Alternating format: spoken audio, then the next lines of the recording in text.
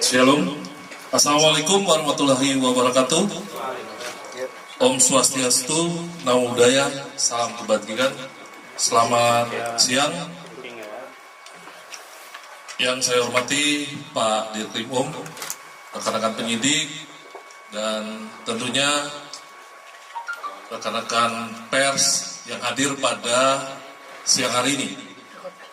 Kami dari Polda Jabar akan menyampaikan update perkembangan penanganan kasus Vina Eki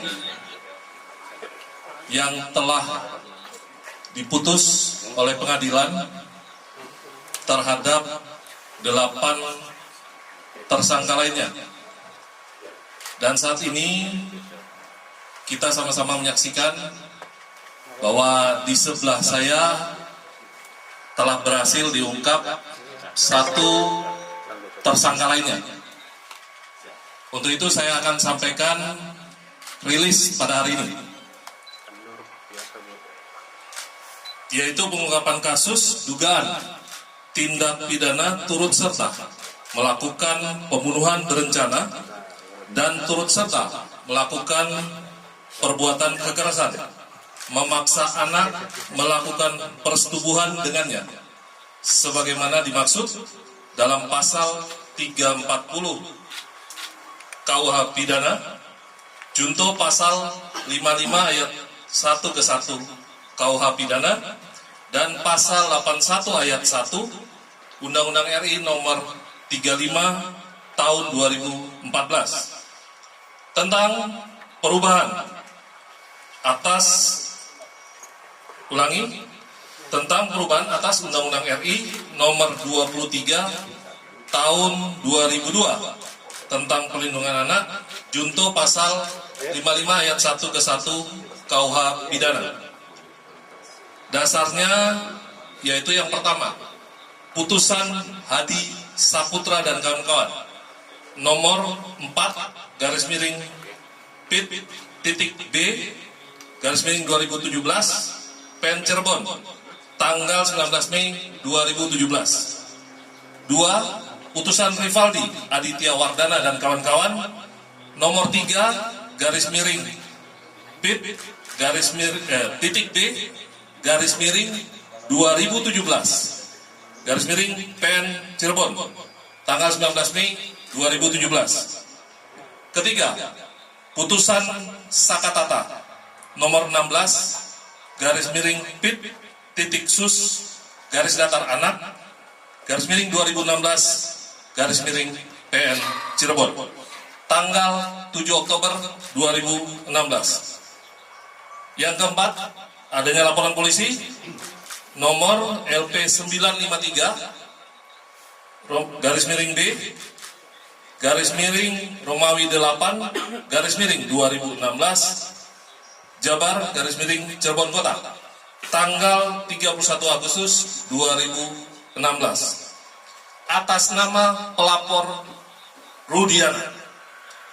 TKP-nya pada hari Sabtu tanggal 27 Agustus 2016 di lokasi lahan kosong di belakang bangunan showroom mobil Jalan Perjuangan Majasem, Kampung Situ Gangga, Kelurahan Karya Mulya, Kecamatan Kesambi, Kota Cirebon. Sebagai pelapor adalah Rudiana. Tersangkanya saat ini PS alias Perong alias Robi Irawan. Korban 1. Muhammad Rizky Rudiana meninggal dunia. 2. Vina meninggal dunia.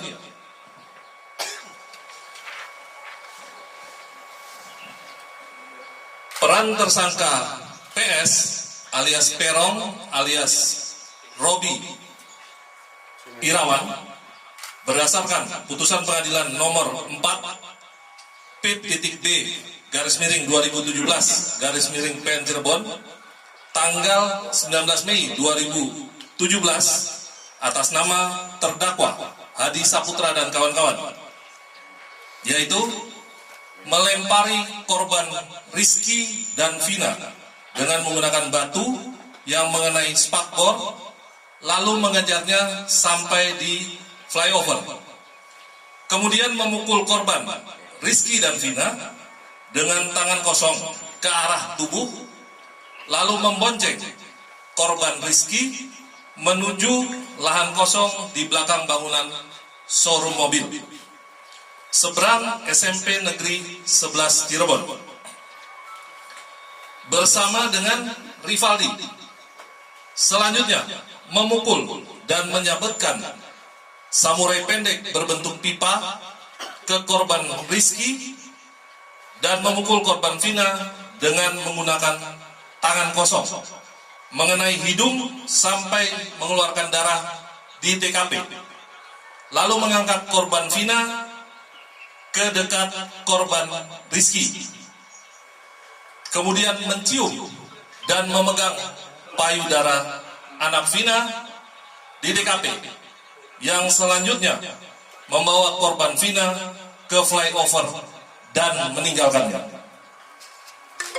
Peran Peggy, peran PS alias Perong alias Robi Irawan berdasarkan keterangan dari saksi pada tanggal 20 Mei 2024, kemudian 22 Mei 2024 dan 25 Mei 2024, yaitu menyuruh dan mengejar korban Rizky dan korban Vina dengan menggunakan sepeda motor Honda Beat warna orange.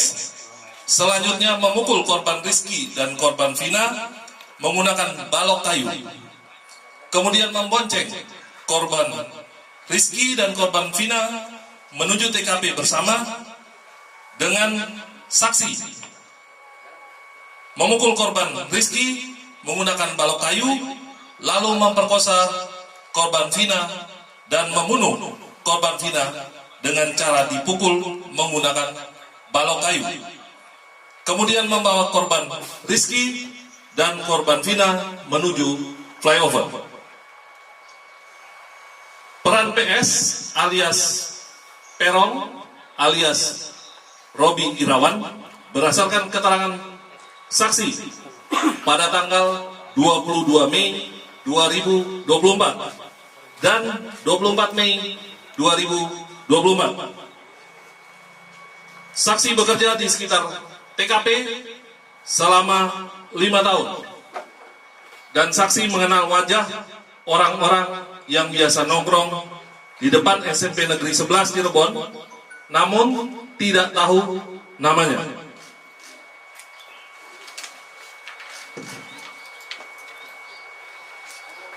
Pada saat kejadian, saksi mengenali 5 orang wajah yang menjadi pelaku, termasuk salah satunya PS alias Perong alias Robi Irawan. Saksi mengenali 5 motor yang menjadi barang bukti dan mengenali 1 motor smash warna pink yang dikendarai oleh tersangka PS. Ditunjukkan Facebook atas nama akun Peggy Setiawan yang di dalamnya terdapat gambar motor smash warna pink, dan saksi membenarkan pada malam kejadian tersebut motor smash warna pink berada di tempat kejadian.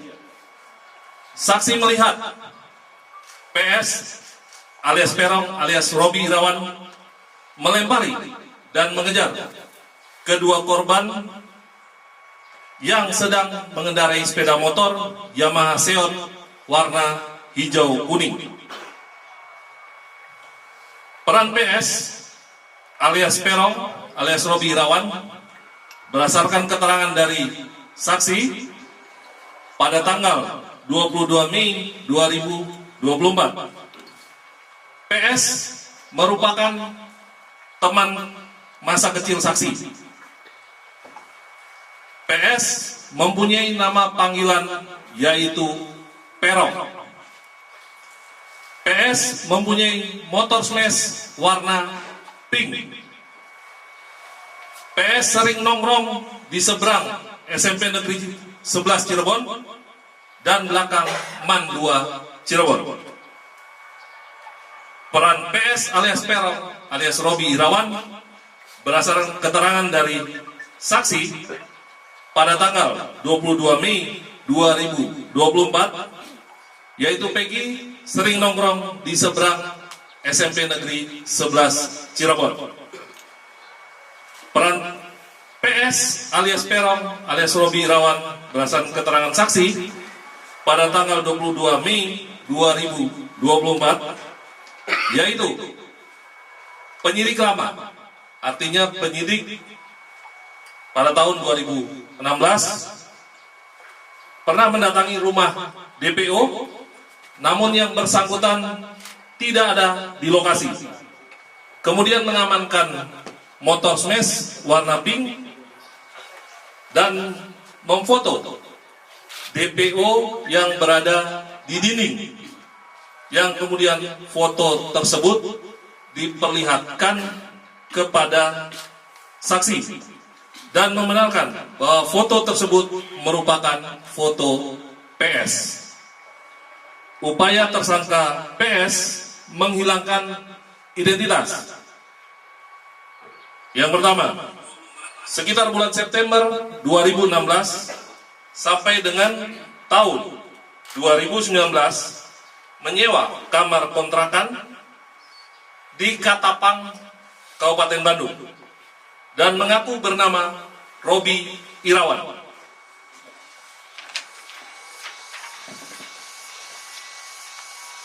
Dikenalkan oleh A. Saprudi kepada Tuti Jubaida adalah sebagai keponakannya yang bernama Robi. Asapruddin ini adalah ayah kandung dari PS. Memiliki 2 akun Facebook atas nama Peggy Setiawan dan Robi Irawan. Barang bukti. Selain barang bukti yang sudah ada di dalam putusan pengadilan, ditemukan barang bukti baru hasil penggeledahan di rumah orang tua tersangka PS alias Perong alias Robi Irawan, yaitu 2 lembar STNK kendaraan roda 2 dengan nomor polisi B3408 TFV dan B6247 PIK beserta 2 kunci kendaraan roda 2, 1 lembar asli surat kelahiran atas nama Peggy Setiawan, 2 buku rapot asli SD dan SMP atas nama Peggy Setiawan, 2 lembar ijazah asli SD dan SMP atas nama Peggy Setiawan, 2 lembar fotokopi kartu keluarga nomor 3209140405 090062, 1 lembar fotokopi biodata pendudukan atas nama Kartini, 2 lembar ijazah dan hasil ujian nasional SMP atas nama Peggy Setiawan, 1 lembar fotokopi surat keterangan pembuatan KTP atas nama Peggy Setiawan, 1 lembar surat pemberitahuan SMP atas nama Peggy Setiawan, 4 lembar foto Peggy, 1 lembar kartu Indonesia Pintar atas nama Peggy Setiawan, 1 lembar fotokopi KTP atas nama Luciana, 1 lembar fotokopi kartu ujian atas nama Peggy Setiawan, 2 buah dus box handphone Infinix dan Samsung Galaxy A05. Barang bukti dari PS alias Perong alias Robi Irawan yaitu 1 unit handphone merek Samsung warna hitam milik PS alias Peron alias Robi Irawan.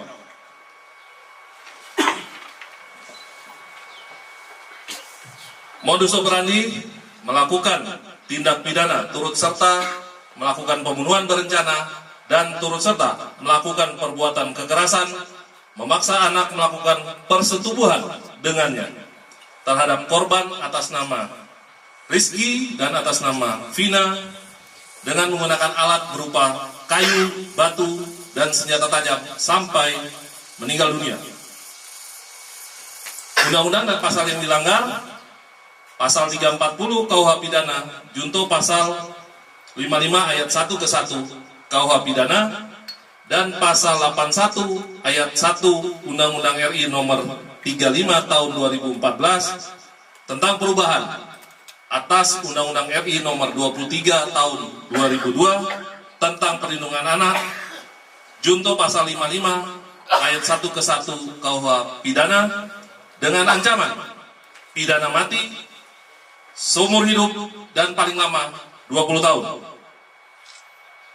Kami dari Polda Jabar meyakinkan bahwa Polri akan terus melakukan penuntasan perkara ini secara profesional, bekerja secara prosedur, dan menggunakan metode ilmiah atau scientific crime investigation. Apabila masyarakat mendapat informasi terkait masih adanya tersangka lain dalam perkara pembunuhan Vina Eki atau Vina Rizky, dapat menginformasikan kepada penyidik di Treskrimum Polda Jabar dengan disertai bukti-bukti. Demikian mungkin yang dapat saya sampaikan. Selanjutnya saya persilakan kalau masih ada pertanyaan. Elsita Pak. Pak, Elsita Pak. Ya. Kenapa waktu itu TV One dulu ya. Setelah itu Elsita. Silakan mungkin dari Treskrimum bisa menjawab. Izin Pak Duhan dari TV One, sebetulnya dapat dijelaskan apa kendala dari pihak kepolisian untuk menemukan Peggy Setiawan, mengingat kasusnya 8 tahun yang lalu dan baru dapat ditemukan saat ini, dan lalu seperti apa update untuk pengejaran kedua DPO lainnya Pak? Terima kasih. Terima kasih pertanyaan dari TV One. Terkait mungkin pertanyaan pertama nih, pertanyaan paling banyak kami terima. Kenapa kok lama? Yang pertama, bahwa pasca kejadian PS ini kemudian meninggalkan kampung halamannya, dia pergi ke Katapang sebagaimana tadi dijelaskan oleh Pak Kabid Humas. Di sana dia tinggal satu kos bersama ayah kandung dan ibu tirinya. Namun PS tidak mengenalkan diri sebagai anak kandung daripada ayahnya. Di sana dia mengaku sebagai keponakan, demikian juga bapaknya mengenalkan kepada pemilik kos bahwa PS adalah keponakannya. Hal ini dikuatkan dengan keterangan pemilik kos yang sudah kita minta keterangan. Demikian juga nama sudah diganti, bukan lagi PS tetapi menggunakan nama Robi.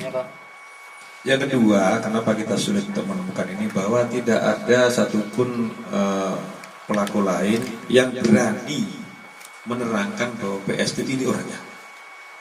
Padahal mereka tinggal di satu lingkungan, bahkan ada teman sekolah ataupun teman bermain. Jadi kenapa kesulitan kita selama ini seperti itu? Karena memang saksi yang berani menerangkan itu belum ada. Akhirnya kita ajak bicara para tersangka yang sudah vonis dari hati ke hati, mereka menerangkan bahwa PS adalah ini orangnya, sehingga kami bermudah untuk melakukan pelacakan.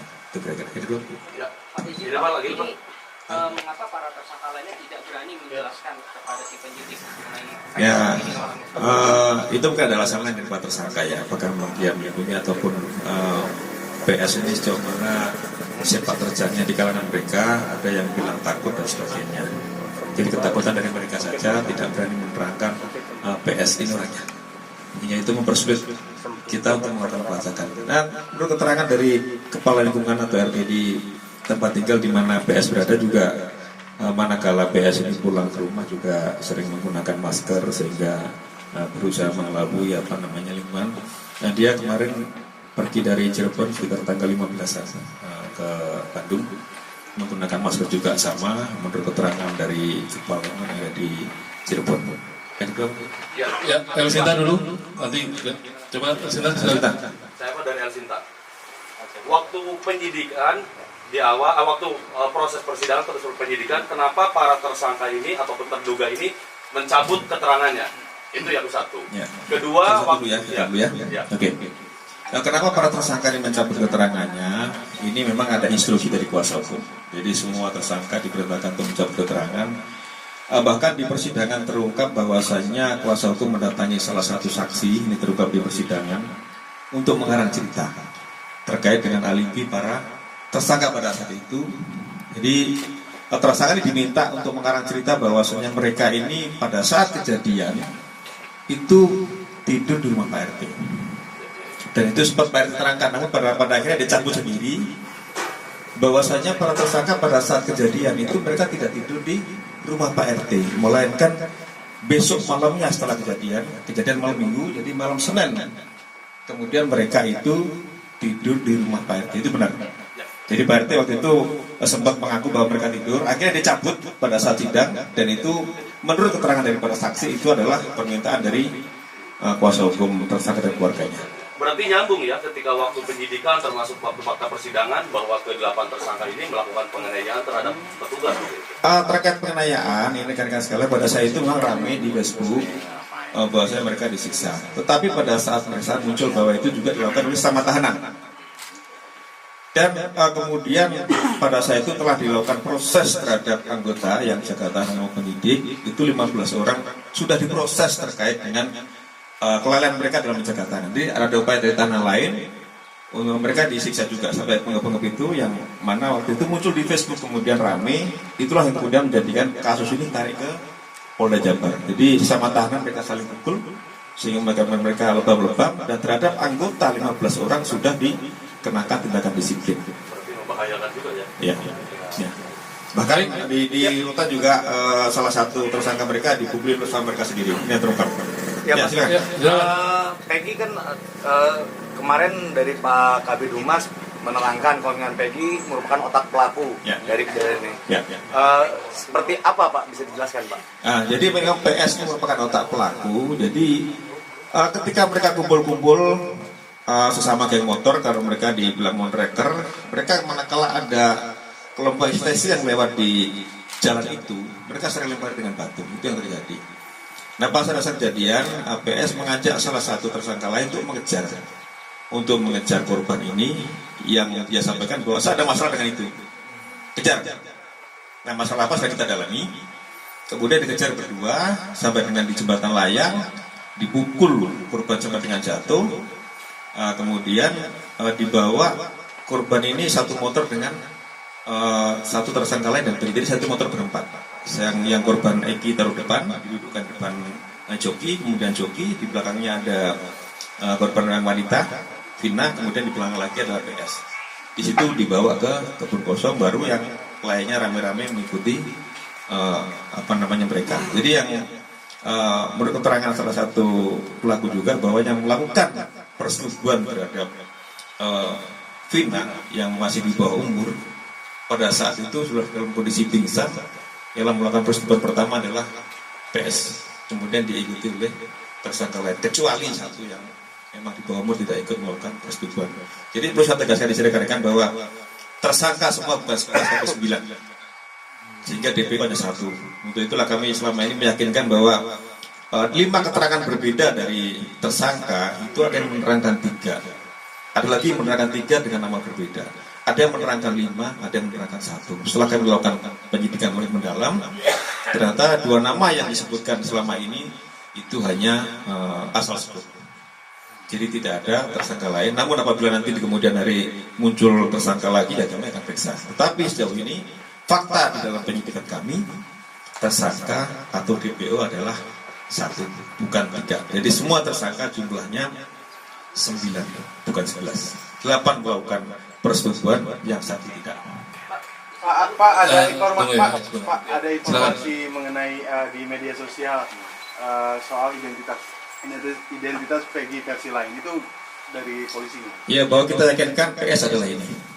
Kita sudah menyita sejumlah dokumen terkait dengan identitas, kemudian juga motor yang digunakan kita sudah dapat STNK-nya, walaupun motornya belum dapat, tetapi STNK kendaraan yang digunakan pada saat kejadian kita sudah mengamankan. Nah, kita meyakinkan ini dengan sejumlah dokumen, baik kartu keluarga, kemudian ijazah dan sebagainya, kita yakinkan bahwa ini adalah PS atau Peggy Setiawan. Ya. Dan perbedaan ciri-ciri Wanda Pak, kemarin sebenarnya Ya. waktu di DPO sempat diumumkan Ya. Peggy Setiawan PS ini rambutnya keriting seperti itu.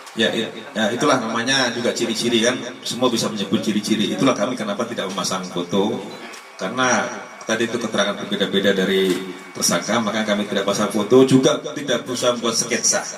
Manakala nanti perbedaan sehingga masyarakat juga tidak berasumsi bahwa PS ini siapa sih. Kami yakinkan bahwa PS ini dan bahwa DPO berapa? 1, bukan 2. DPO 2 tidak ada. DPO tidak ada, itu asal sebut nama. Sesuai rilis yang dirilis atas nama Dani dan Adi. Ya, itu sudah kami dalami. Ternyata yang 2 yang atas nama Dani dan Adi itu tidak ada. Jadi yang benar DPO 1 atas nama PS. Jadi kemudian untuk motif sendiri apa? Itu karena Ya. motor atau karena percintaan? Itu kita dalami dulu ya terkait dengan motor percintaan. Nanti kita mau dalami saksi yang lain. Nah, sabar terkait hal itu. Tapi pada saat PS menyampaikan kepada salah satu tersangka yang sekarang sudah menjadi narapidana, yang lain ikut melempar. Tapi pada saat pengejaran hanya berdua. PS menyampaikan saya ada masalah dengan orang ini. Artinya mau Tolong rekan-rekan ya, supaya tertib, tolong kita bergantian ya, karena mungkin masih banyak ini. Barangkali ada yang sebelum bertanya menyebutkan dulu dari media mana, sehingga kita kasih kesempatan untuk bergantian. Karena setelah acara rilis ini tidak ada lagi nanti doorstop ya, tidak ada doorstop. Jadi kami minta rekan-rekan manfaatkan kesempatan ini untuk bertanya, tapi tolong disebutkan medianya sehingga kita akan beri kesempatan secara bergantian. Silakan dari langsung dulu. Muji Pak dari Ya. Ayus. Ya. Berarti yang terpidana yang kemarin itu sudah bermufakat untuk memberikan keterangan bohong tentang siapa pelaku utamanya Pak ya. Terus kemudian si ini kan disembunyikan identitasnya oleh orang tuanya. Apakah orang tuanya kemudian akan diseret karena menyembunyikan barang bukti begitu? Ya, terkait memang tersangka lain memang tidak mau menyebutkan Egi itu siapa teror. Nah, baru kemudian Egi yang dapat rekan-rekan sekalian ya. Terhadap orang tua pelaku atau PS sudah kita minta keterangan kemarin, baik itu bapak kandungnya, kemudian ibu tirinya, kemudian juga ibu kandungnya, kemudian juga pemilik kos di Ketapang, kemudian kepala lingkungan yang ada di Cirebon sudah kita minta keterangan semua. Terkait apakah nanti bisa kita pidanakan tidak, sementara masih kita lakukan analisa dulu terkait dengan keterangan yang diberikan oleh orang tuanya. Jadi silakan rekan-rekan juga di situ ada pasal 221